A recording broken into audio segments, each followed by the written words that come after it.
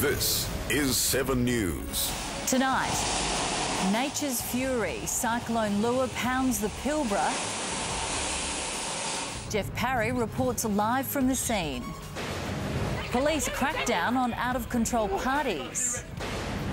And Ian Thorpe wins his race, misses a place on the Olympic team. From the studios of 7 Perth, Emmy Kubainski. Good evening. We start tonight with Cyclone Lure. It's pounded the Pilbara with heavy rains and winds of up to 220 kilometres an hour. One of the places caught in the path of the cyclone was the Roadhouse and Motel in Pardue. Jeff Parry is there and joins us live. Jeff.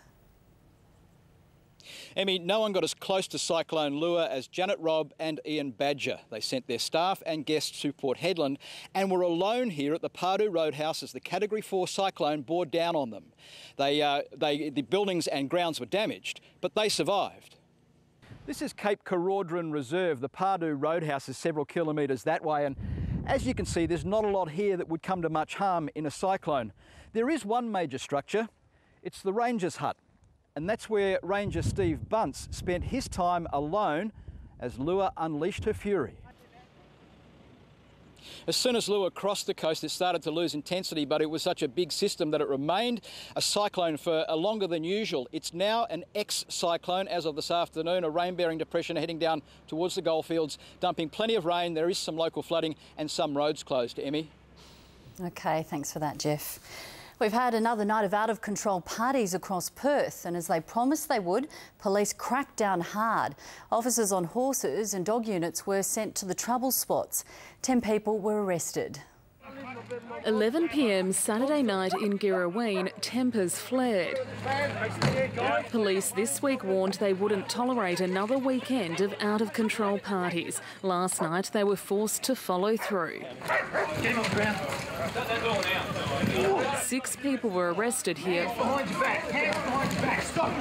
It's the third place I've been to tonight where people show a total lack of respect for themselves, their community and the police. All 3 events I've been to tonight, we've had bottles thrown at us, we've had to lock people up. We didn't do anything wrong at all.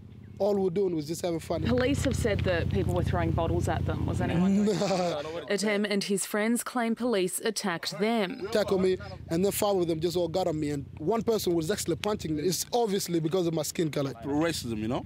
Because you can't just get arrested for no reason. Our cameras caught him throwing a drink over a police horse. The 4th party of the night was here in Beckenham, but here police say the revellers didn't fight back. They simply went home when the party was shut down, and the host was grateful police arrived when they did. They were just kicking everybody politely out. The party invitation was spread on Facebook. At least 100 gatecrashers turned up. Wakati's elderly neighbours say they were afraid. Sorry about that, it won't happen again. We try to keep it down next time. Jessica Van Der Ven, 7 News.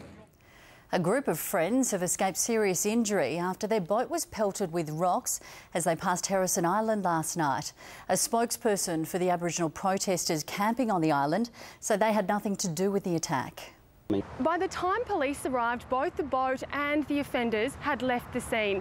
While no one has been questioned, police say they'll be monitoring the area closely. Gaps in Australia's border protection exposed during last week's gun smuggling bust in Sydney could be the subject of a parliamentary inquiry. The opposition wants an investigation into the Customs Service and its resources, but anti-gun groups say that's not going far enough. The anti-gun lobby supports any inquiry into gun smuggling but suggests it should go even further to examine weapons that are already here, even the ones that are legally owned. Australians might be saving more than they have for decades, but the same can't be said for our federal public servants. 7 News has uncovered an explosion in the use of taxpayer-funded credit cards, with spending more than doubling in the past 4 years. The government denies the increases equate to more spending overall. It says they simply reflect a growing preference for credit over cash payments because they allow for greater transparency. Perth's freeways were partially closed this morning as thousands of cyclists took over the roads. It was part of a fundraising event for the Asthma Foundation. Over $100,000 were raised. Motorists unaware of what was happening found themselves stuck in traffic as the southbound lanes on the Mitchell and Kwinana freeways didn't reopen until mid-morning.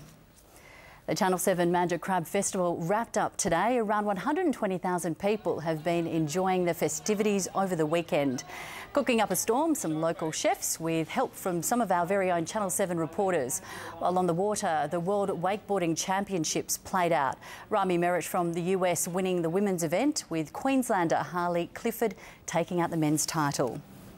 Well, Ian Thorpe's Olympic comeback dream is over, but Liesl Jones has created history at the National Swimming Trials. Jones is Australia's first swimmer to qualify for 4 Olympics.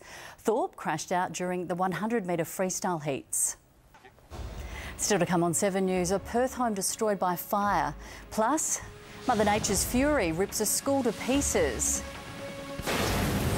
And one of nature's wonders, the battle to save the migrating monarch butterfly.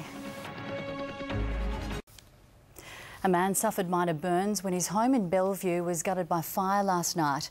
At least 3 children were inside when the house went up in flames. Neighbours say the man was burnt, pulling them to safety. I just yelled, "Get the kids out," and that was it. 10 minutes and the whole house was gone? 10 minutes, the whole house was gone. It's believed a blown fuse or electrical fault sparked the blaze. Meanwhile, firefighters spent today tackling hot spots from yesterday's bushfire that threatened homes near Bold Park in City Beach. It's believed the fire was deliberately lit. Overseas, and extraordinary pictures have been released showing the moment a massive tornado hit a school in the United States. Security cameras inside a school in Indiana captured strong winds roaring through corridors and car parks. The gym suffered major damage when the force of the storm ripped off most of the roof and scattered debris everywhere. A huge effort is underway to save a forest in central Mexico that's home to hundreds of thousands of migrating butterflies. Illegal logging and urban sprawl could spell the end of the precious habitat that's becoming a breathtaking tourist attraction. Children sing about the magic of these forests. And within a few steps, you come under its spell. The air is full of the orange and black flutter of hundreds of thousands of monarch butterflies. They almost sound like a whisper. Trees droop under their weight. The few tourists here gush at what's surrounding them. Well, there's zillions. That's the word I would use. The more than you can count. What's more remarkable is how they get here. Every winter, as many as 1 billion monarchs fly up to 4,000 kilometres from Canada and across America to a small mountain range here in central Mexico where they mate.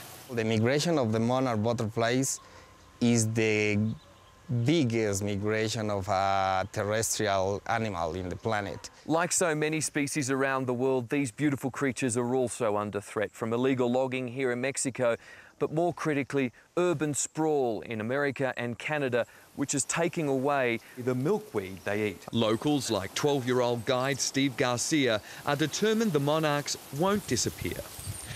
I'm going to do everything, to make everything a new future for them. Soon, the monarchs will begin the long journey home. It will be their great-great-great-grandchildren that will bring back the magic to these forests. In central Mexico, Mike A. Moore, 7 News. Sport now with Adrian Barrett. Chandon Eagle is under investigation, Barra. Yes, Em, and it's caused a Sandover medalist to launch an attack via social media. That's next. Plus, Dashing Dan. Daniel Ricciardo produces the drive of his life. There it is. No wonder he thinks he's got damage. And we find out why Daniel Kerr was in so much pain last night. And that's Sunday Sport. Now here's Emmy. Thanks for that, Barra. Perth's cheapest fuel after the break. Then it's Sunday night with Chris Bath. Thanks, Emmy. Tonight, a rare interview with Michael J. Fox, curing Parkinson's with the help of a brilliant Australian. And Dame Edna, Sir Les and Barry Humphries together for the first time. That's next after 7 News. We're in for a run of sunny skies this week. Today's maximum 34.2 degrees. An overnight low of 16.7 degrees. Right now in Perth, it's 21.6 and the wind is south-southwesterly at 15 kilometres an hour. On the chart, the remnants of ex-tropical Cyclone Lure is bringing rain through parts of the southwest land division. A weak cold front will pass to the south of the state, producing some isolated showers.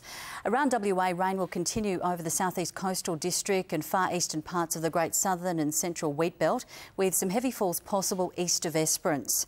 Across the country tomorrow, tomorrow, showers in Brisbane and Sydney, the chance of a shower in Canberra, fine in Melbourne, Hobart and Adelaide, and a late storm for Darwin. On the water, south to southeasterly winds 18 to 23 knots, shifting south-southwesterly during the afternoon, seas to 2.5 metres, the swell rising to 2 metres. So for tomorrow, a sunny day with moderate south to southeasterly winds, warming up to 31 degrees. Overnight, we'll get down to 17.